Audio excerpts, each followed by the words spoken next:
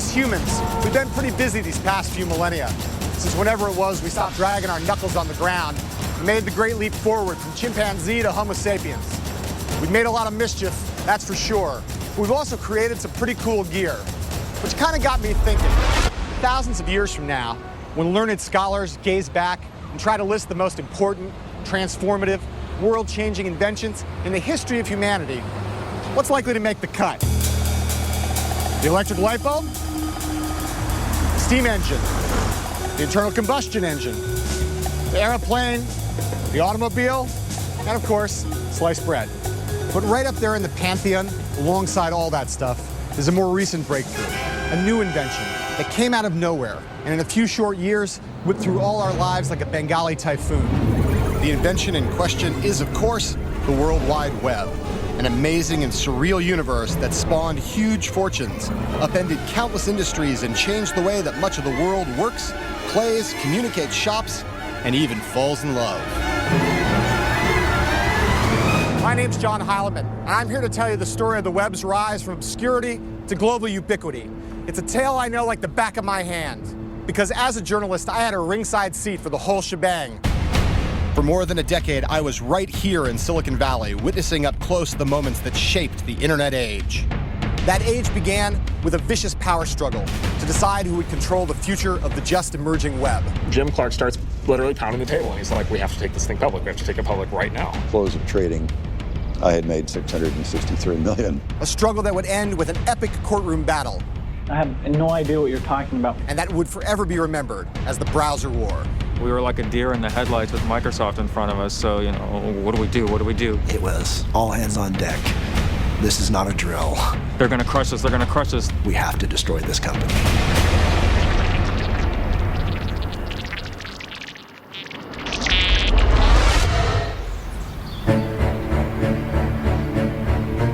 Now today we're all used to the web with its fancy video and graphics and sound, where one mouse click can send us rolling down a new path.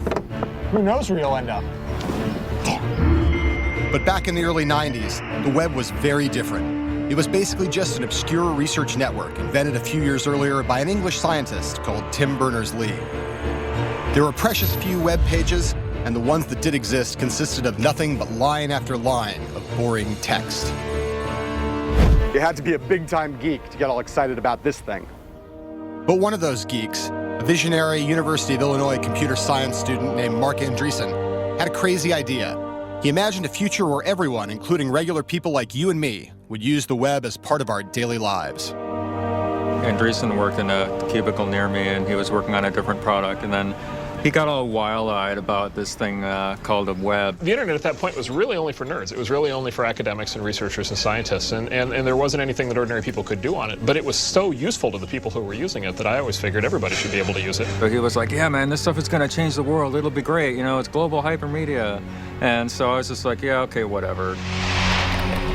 Andreessen may have been the most excitable, but soon enough, he and a bunch of his college programming pals were working on making the web easier and more intuitive to use, adding images, pictures, audio, and video capabilities. The fruit of their labors was this, a dead simple piece of point-and-click software, the world's first graphical web browser. And every time you surf the internet today, you're using one of its descendants.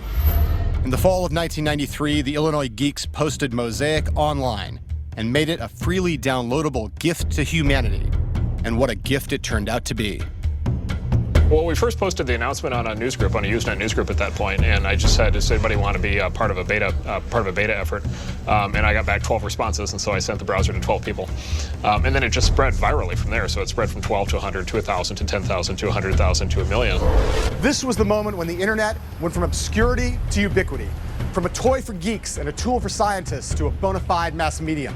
A bunch of 20-something, code-crunching, burger-guzzling kids had kick-started a revolution. But before Mosaic could go truly global and imperil Bill Gates and Microsoft, it needed one more ingredient, a giant, heaping pile of cash. This extremely expensive building was a gift to Stanford University from this man, one of its former professors, Jim Clark. A poor kid from West Texas, Clark was a high school dropout who turned himself into a computer science professor at Stanford, then founded a company called Silicon Graphics that made him a legend in the Valley.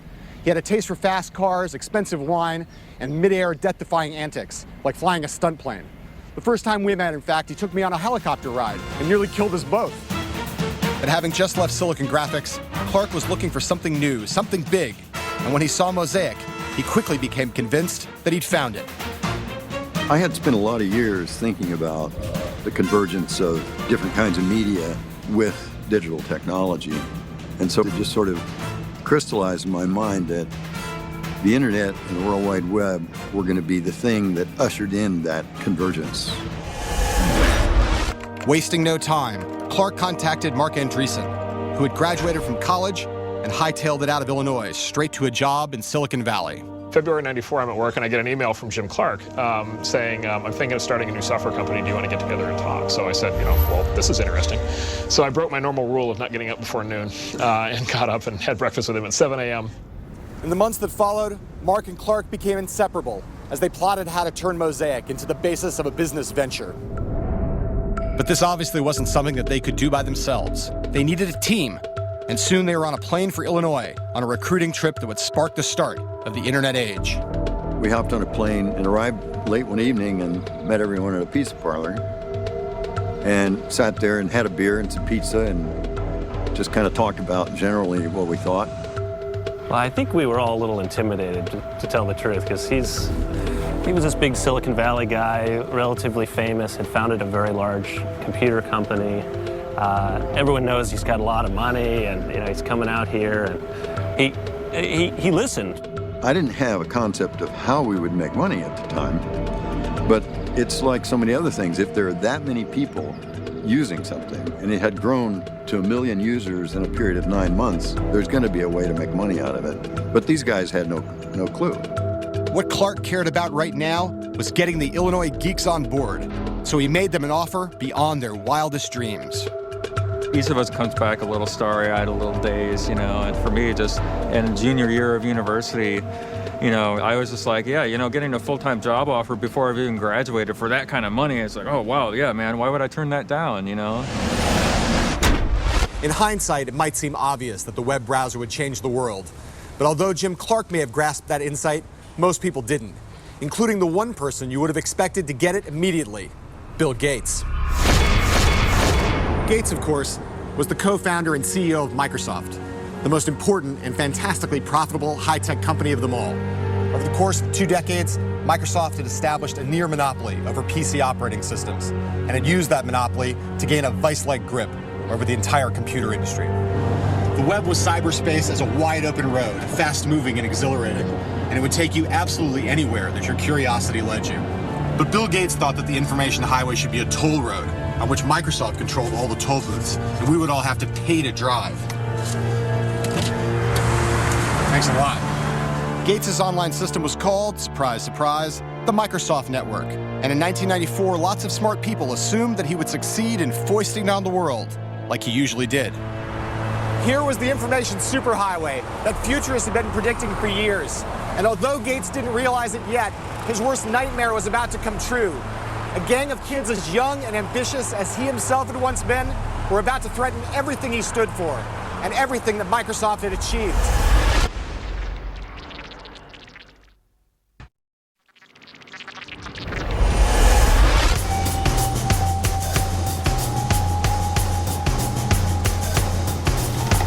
Brilliant, the spectacle that obsessed with computers since his boyhood, Bill Gates' journey to becoming the most powerful figure in technology began in 1975 when, at the age of 19, he dropped out of Harvard to start Microsoft with his high school pal, Paul Allen. Gates' vision was simple and wildly ambitious. A PC on every desktop, in every home and every office, and every one of those PCs running Microsoft software. By 1993, his dream was tantalizingly close to becoming reality. About 90% of the world's PCs were running Microsoft Windows. Gates and the army that he'd amassed on Microsoft's sprawling campus in suburban Seattle worked insanely hard, and they played very rough with their rivals. The company's rise had left a trail of corpses in its wake. There was Lotus, there was WordPerfect, there was Borland, there was Novell, even mighty IBM, all brought to their knees. Gates was now one of the richest and most influential men on earth, and he knew it. One night at a dinner party, he and some friends were discussing the election of Bill Clinton as president, and Gates blurted out, "I have as much power as the president does." His wife kicked him under the table when she heard that, but the truth of it was, he might have been right. To many, Gates's power was seductive, irresistible. If you were a young, hungry software engineer like Thomas Reardon or Hadi Partovi, or a seasoned executive like Sam Jadala, Microsoft was the place to be. A place where it didn't matter if you were handsome or athletic. A place where smartness, measured by the ability to crank out killer code, was the only thing that counted. In other words, nerd nirvana. In the early 90s, the Microsoft campus was a very dynamic culture. You'd have many of the smartest people in computer science at all different ages, but it was a surprisingly young company overall. The average age of the company was probably 26, 27. Microsoft was not the biggest software company in the world, but in a weird way, it was the hottest, and it was clear. There was a vibe when you walked in the door, a kind of cockiness that perfused like every kind of job at Microsoft. It wasn't just the engineers. I joined Microsoft in 1987, and this was a group of people who wanted to win.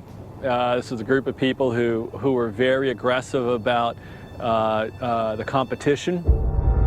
Microsoft's behavior was certainly extreme, but it was driven less by arrogance than by fear and insecurity. Gates knew that at any moment, some puny little startup in a garage somewhere could rise up and topple Microsoft, just as they'd done to others. And along with his trusted lieutenant, Steve Ballmer, he was determined not to let that happen. Unlike Gates, the college dropout, Ballmer had actually been to business school. Where Gates was Microsoft's superego, skinny and cerebral, Ballmer was its raging id, beefy and emotional. But it was nothing compared to Gates himself, the smartest of the Microsoft smart guys, a brainiac who never suffered fools gladly, if he even suffered them at all. That's ridiculous. I'm not using this thing. No. Somebody's confused. Somebody's just not thinking. I mean, there's no way. We'll figure it out. You guys never understood. You never understood the first thing about this. In all the times that I've met Gates, there's only been one consistent element.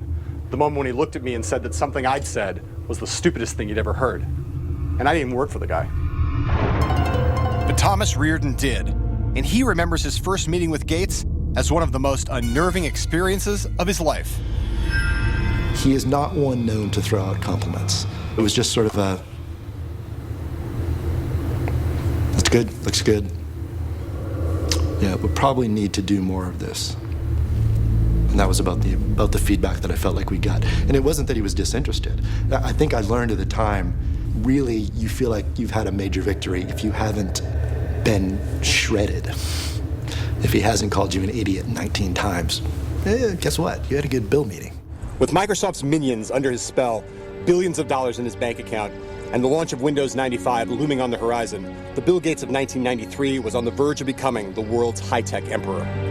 Less than 2 years later, though, Gates would be forced to make one of the sharpest U-turns in corporate history, because Clark, Andreessen, and their team were about to enter the picture and throw a giant roadblock in their path.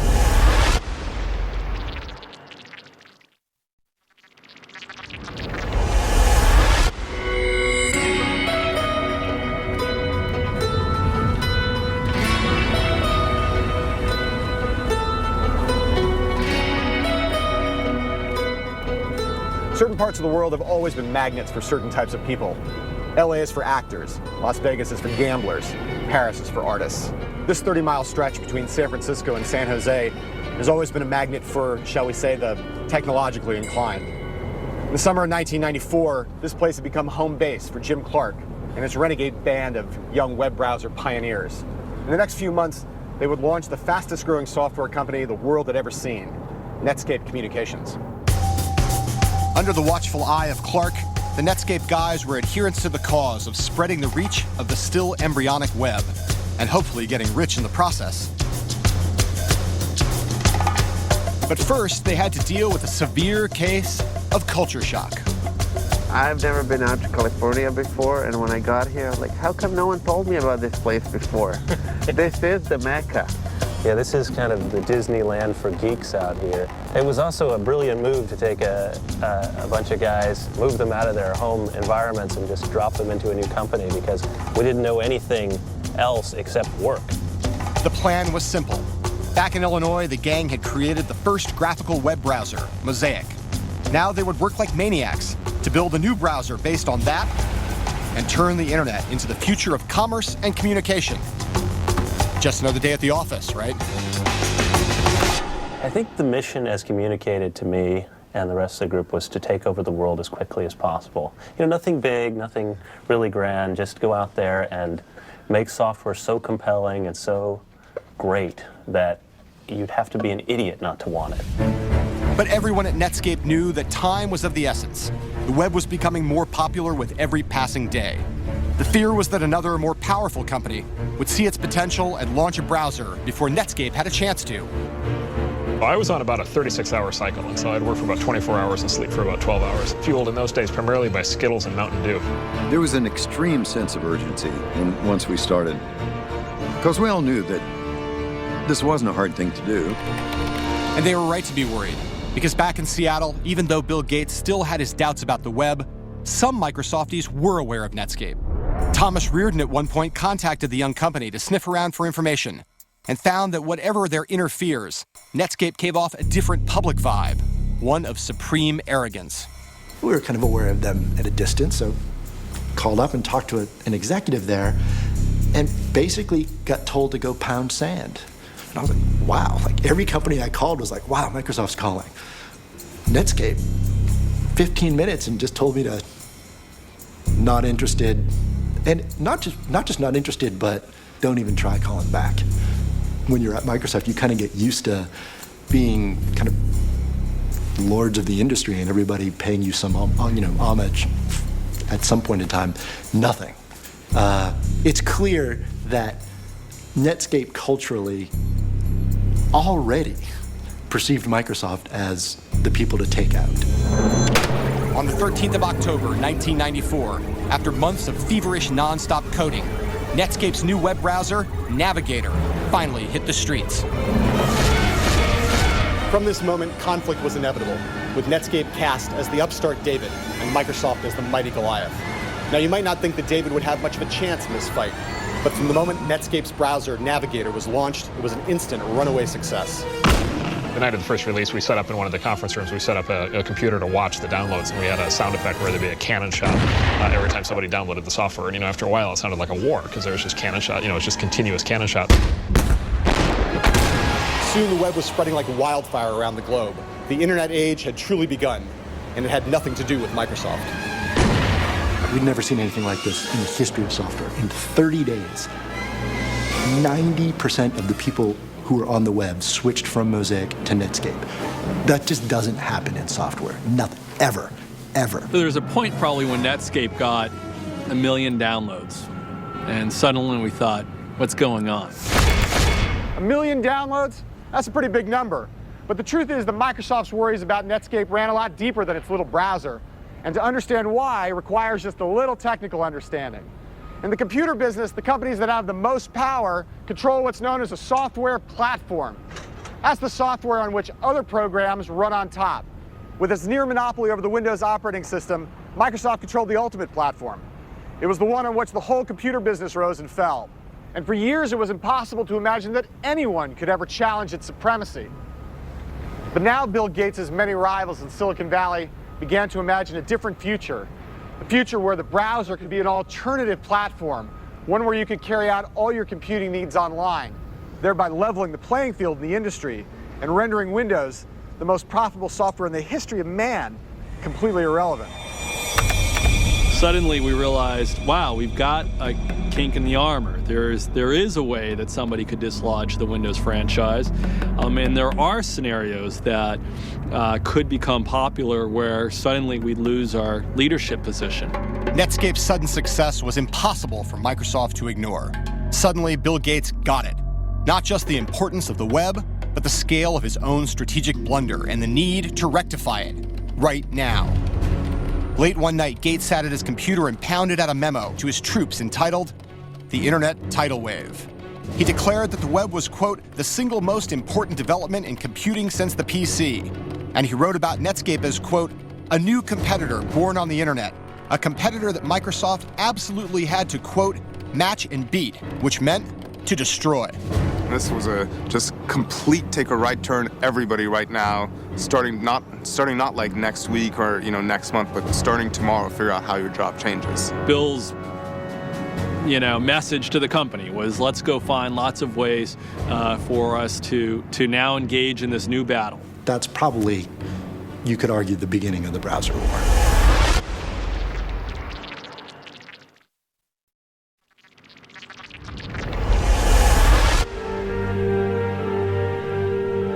In 1993, the internet was unknown and unloved outside a tiny circle of hardcore computer hackers and scientists. But by 1995, the situation had changed dramatically. Now, thanks to the wizardry and the manic energy of a bunch of engineers here in Silicon Valley, the internet was becoming a full-scale phenomenon, and technology being compared in its importance to television and the printing press. Leading the charge was Netscape. Its browser was quickly becoming the gateway to the web for millions of people. The company had just hired a respectable CEO, and revenues were rolling in. The future looked incredibly rosy, or did it? This man certainly didn't think so. His name is Gary Reback, a well-known antitrust lawyer in Silicon Valley who back in the summer of 1995 was limbering up for the fight of his life. Like many in the Valley, he knew that Bill Gates would be coming after the internet, and he knew better than most from a career of clashing with Microsoft on behalf of his Valley clients that when Gates came after your business, one thing was certain: there would be blood. Now Reback had been hired by Netscape, and right away he saw that the young company had grossly underestimated the threat that it was facing. Netscape's business plan assumed that Microsoft would either obey the law or someone would force them to obey the law. Now, I suppose that's not an unreasonable assumption. After all, if you start a business, you don't expect a competitor to just burn your plant down. You don't expect a competitor to go to your distributors and threaten to put them out of business if they carry your product. But you know what? That's exactly what Microsoft did. The problem for Netscape was that Microsoft and Bill Gates now perceived the young company to be the primary threat to their continued dominance. In the opening salvo of the high-tech war, Gates dispatched a special group of envoys, including Thomas Reardon, for a face-to-face powwow behind enemy lines here at what back then was Netscape's corporate headquarters. What resulted was a meeting that would be one of the most controversial in the history of modern business. That the Microsoft-Netscape meeting took place here, that much we know for sure. But what actually happened behind closed doors remains the subject of intense and bitter debate. The Microsoft version goes something like this.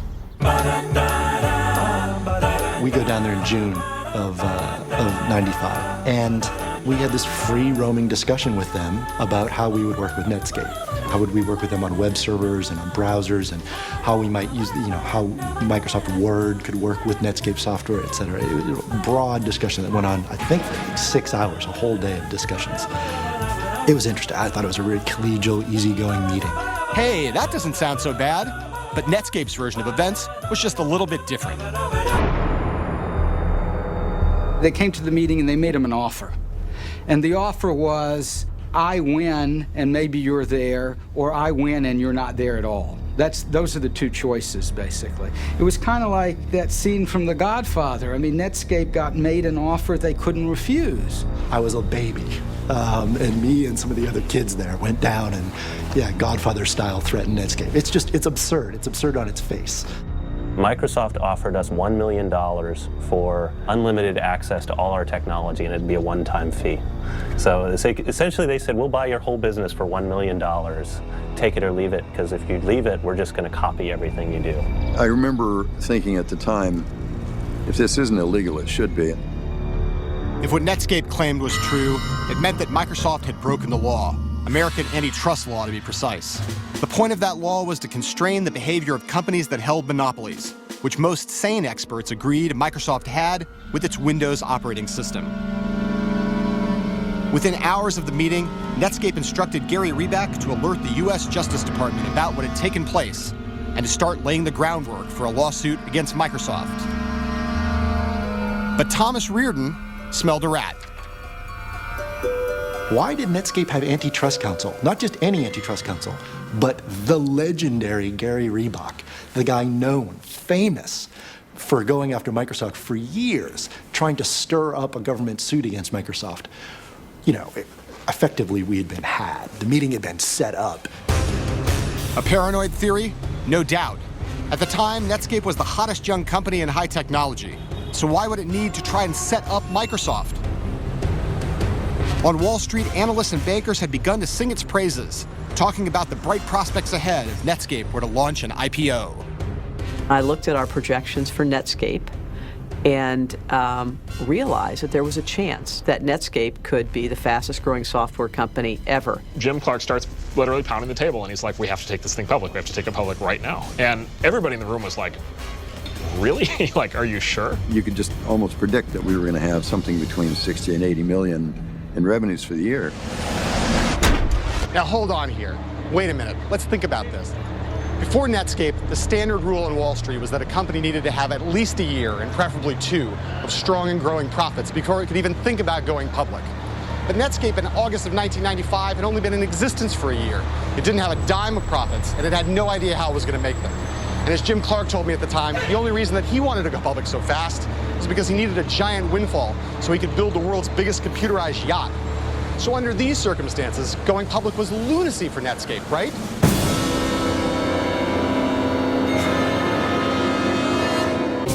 Wrong. On the day of the IPO, Netscape stock went through the roof, igniting the internet boom that would rage for the rest of the decade.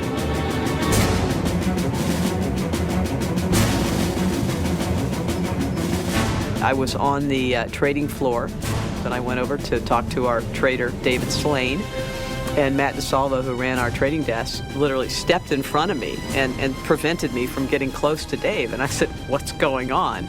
And he said, there's a lot of volume in the trading in the shares, and Dave, Dave needs all the focus that he has. And you start saying, biggest IPO ever, biggest rise. It's like all this crazy stuff. I'm like, wow, people really like us, I guess. The internet went from nothing to, the biggest story to hit the media and sort of consumer consciousness in a long time.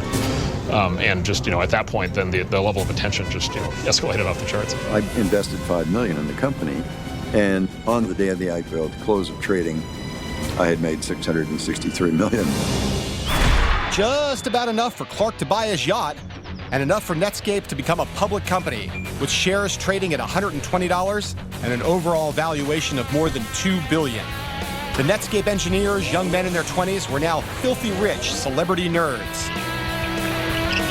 Sure enough, it went straight to their heads. High on their own fumes, the Netscapies began to think they were invincible. They treated even their allies with arrogant indifference. And as for their enemies, one in particular, they violated one of Silicon Valley's cardinal rules: don't moon the giant. Back in the days when no one would give the finger to Microsoft, here was Marc Andreessen in the press over and over, heaping scorn on the company. Marc Andreessen was very clear on many occasions that he didn't think much of Microsoft, he didn't think much about the quality of Microsoft software, and he thought that Windows was dead. Windows is going to be a bag of poorly debugged device drivers was one of his sort of most notable quotes. A poorly debugged set of device drivers? What does that even mean? To people who speak English like you and me, it doesn't sound so bad. But if you're an engineer, the kind of person who speaks geek, Marc Andreessen's comment was the equivalent of a slur on Bill Gates' mother. And it played straight into Gates' hands, spurring Microsoft on in their burgeoning war against Netscape. For the developers in Windows, who were some of the best developers in the world, to have their baby thought of as a set of poorly debugged device drivers was maddening. And it was insulting, and it got them motivated. I actually personally postered the walls of our hallways with pictures of the top executives from Netscape and some of the quotes that they made simply to motivate people to know, these are the faces of the people you're fighting against. Then you started actually reading articles where people are like, Netscape, the new Microsoft? We're like, no, we're the Microsoft. We're the new Microsoft.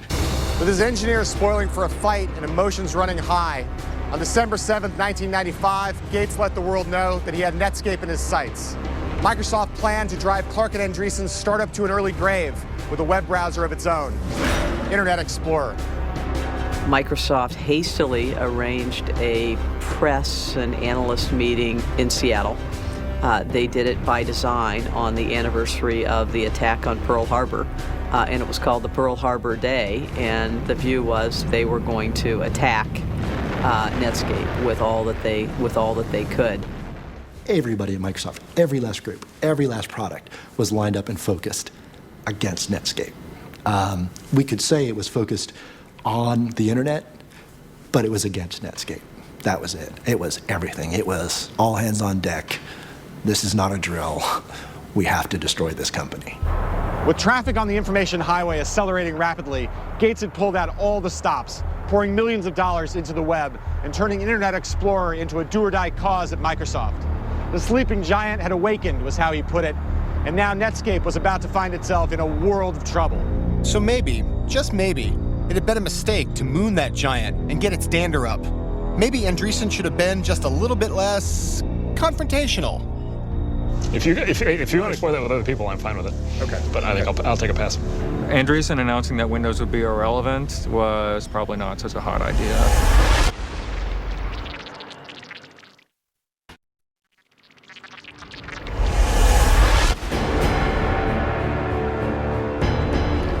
By 1996, the internet was exploding. With billions of dollars at stake, Microsoft and Netscape were locked in a titanic power struggle over who would become the dominant force in the brave new world of the web. And now it was entering its final, its most dramatic, and for Netscape, its most devastating phase. Despite Netscape's head start, Microsoft's Internet Explorer team had some real advantages. Vast financial resources and reserves of coding talent, and a leader, Bill Gates, who's willing to do anything, up to and including breaking the law, to annihilate Netscape, the fresh-faced company that now ruled the web, captured the public's fascination, and threatened to finally undermine Microsoft's rule of fear. I remember going back to college and talking to some friends and telling them, I was working on building a Microsoft competitor to Netscape, and people just laughing at me thinking, what are you thinking? There's no way. Microsoft's plan was straightforward. Analyze Netscape's every move and imitate it. Release version after version of Internet Explorer and slowly chip away at Netscape's lead in browser market share, 1 percentage point at a time. My typical day was I'd get up, feed the kids breakfast, maybe take them to daycare, get to work around, let's say, 9:30 in the morning, and then I'd stay till 3:30 in the morning. I'd come home, get about 4 hours of sleep, get up, have breakfast, take kids, go to work, and then work 9:30 to 9:30. We didn't get any extra pay compared to other Microsoft employees. We were just scared for our product would lose. And it wasn't just the engineers who were working as if their lives depended on it. Gates also had at his disposal another formidable weapon, his shadowy army of salesmen.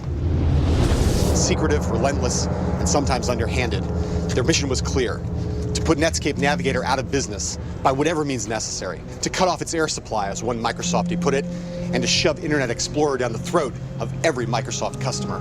The people who sold software to PC manufacturers were like a dark cult of people who you just knew just kept making money in ways that maybe we didn't even want to know how they were making money. They're like ninjas. They're like, you don't ask them what they do, they go in and they do these deals. They're $500 million deals. These are big multi-year sales deals. And they would do whatever it is they did, and I didn't want to know, and people around me didn't want to know. Gates' army of silent salesman assassins used all kinds of sharp-edged tactics to stop PC manufacturers from installing anything other than Internet Explorer. They had told Compaq that if they distributed our browser, that Microsoft would cancel the Windows license. Well, Compaq couldn't be in business without the Windows license, so therefore they weren't going to distribute our browser. Whatever else might be said about Microsoft's dirty pool, it was working. As both companies went head-to-head with version after version of their browsers, the market share of Internet Explorer steadily grew, and Netscape started to feel Microsoft breathing down its neck. Your room for mistake is 0. You sleep one deadline, the guy is right on your heels, right? So it was hard. We were like a deer in the headlights with Microsoft in front of us, so, what do we do? What do we do? They're going to crush us, they're going to crush us. Netscape's sense of impending doom was heightened by one final factor.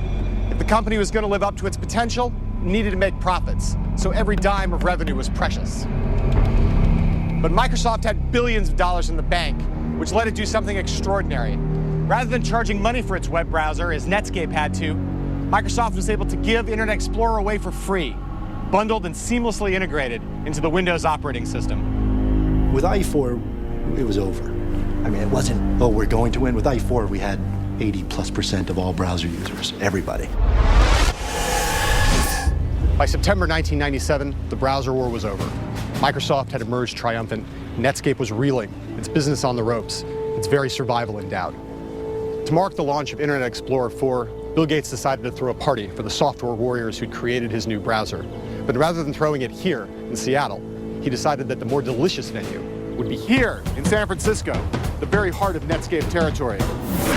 During the celebration that followed, Thomas Reardon and his drunken colleagues noticed a 9-foot-tall Internet Explorer E symbol standing in the lobby of the party venue and were seized by a devilish, if inebriated, idea. We hoisted that big, huge, I don't know, several hundred-pound E up onto this truck and couldn't really get it roped down to the truck at all. Having secured the giant E in the back of a truck, the drunken Microsofties paid a driver to take them down Highway 101 into Silicon Valley. Then they dumped it here in the Netscape fountain and staggered their way back to the hotel. A juvenile prank? Absolutely. But a fitting symbol, too. From that point on, it was all downhill for Netscape. A year later, its market share now in single figures and dwindling, the company that ushered in the internet age was acquired by a bigger, but much uncooler company, AOL.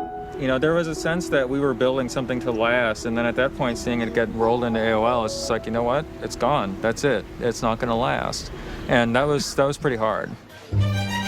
Jim Clark, too, was bummed about Netscape's demise, but he had a few million, ways to console himself.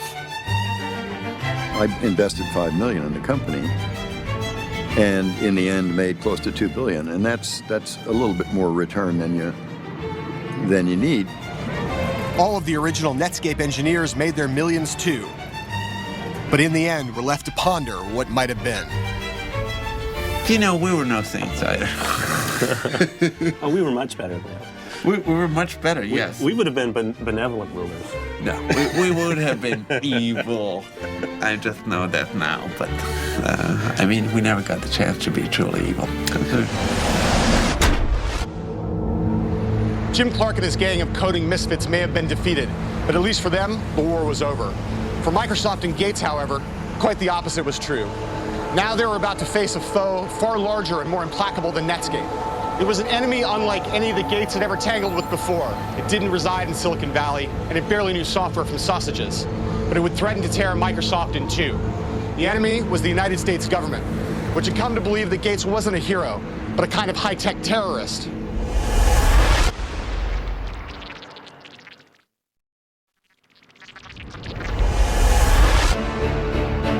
It's 1998, and the United States Department of Justice, prodded by Microsoft's enemies in Silicon Valley, and particularly by Netscape and their Rottweiler lawyer, Gary Reback, has launched a historic antitrust lawsuit against Bill Gates' company. The government has accused Microsoft of using its Windows monopoly to engage in a wide variety of predatory and exclusionary business practices to prevent consumers from accessing Netscape's products and thus to put the pioneering startup 6 feet under. Now, with Microsoft's future hanging in the balance, the man who had declared himself as powerful as the president saw his company hauled into court, accused of being law-breaking miscreants, and had himself been forced to endure a marathon videotaped deposition. They had asked him questions and filmed his answers before the trial. And I think this was something new for Bill Gates, somebody asking him real hard questions that he couldn't refuse to answer. You type in here importance : high. No. No? No, I didn't type that. Who typed in high? A computer. Here was the world's richest man, as the public had never seen him before. Petulant and passive-aggressive, obfuscatory and obscurantist, as a quibbler, a pedant, an amnesiac, a baby. I've never seen a stamp like that. I've never used a stamp like that. Haven't you seen stamps like that in every single one of the documents that you've been shown during this deposition? Can you get me all the exhibits? It's just a waste of time. It is a waste of time. I have no idea what you're talking about when you say ask. And so he came across in those tapes as not quite being truthful. In court, the government showed Gates on screen, denying any knowledge of the infamous June 1995 meeting with Netscape. saying indeed at the time, quote, "I had no sense of what Netscape was doing." But then the court was shown an email sent by Gates to some of Microsoft's top brass a few weeks before the meeting, outlining his strategy for dealing with Netscape. Gates declared that he thought there was, quote, "a powerful deal to be done with Netscape," and that maybe Microsoft should, quote, "buy a piece of them or something," adding that he, quote, "would really like to see this happen."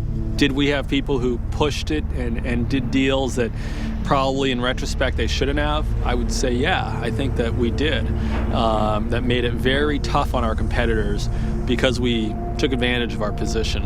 And clearly, unfortunately, that's what, became the dark cloud over Microsoft. To have an anti-competitive lawsuit brought against you really meant that what we were trying to do was make things worse for consumers, whereas my day-to-day job was always around building a better product so that the people I knew and my mother and my brother and friends and so on would use my product because it was better. In June of 2000, the federal judge in charge of the Microsoft case issued his final verdict. Guilty, guilty, guilty.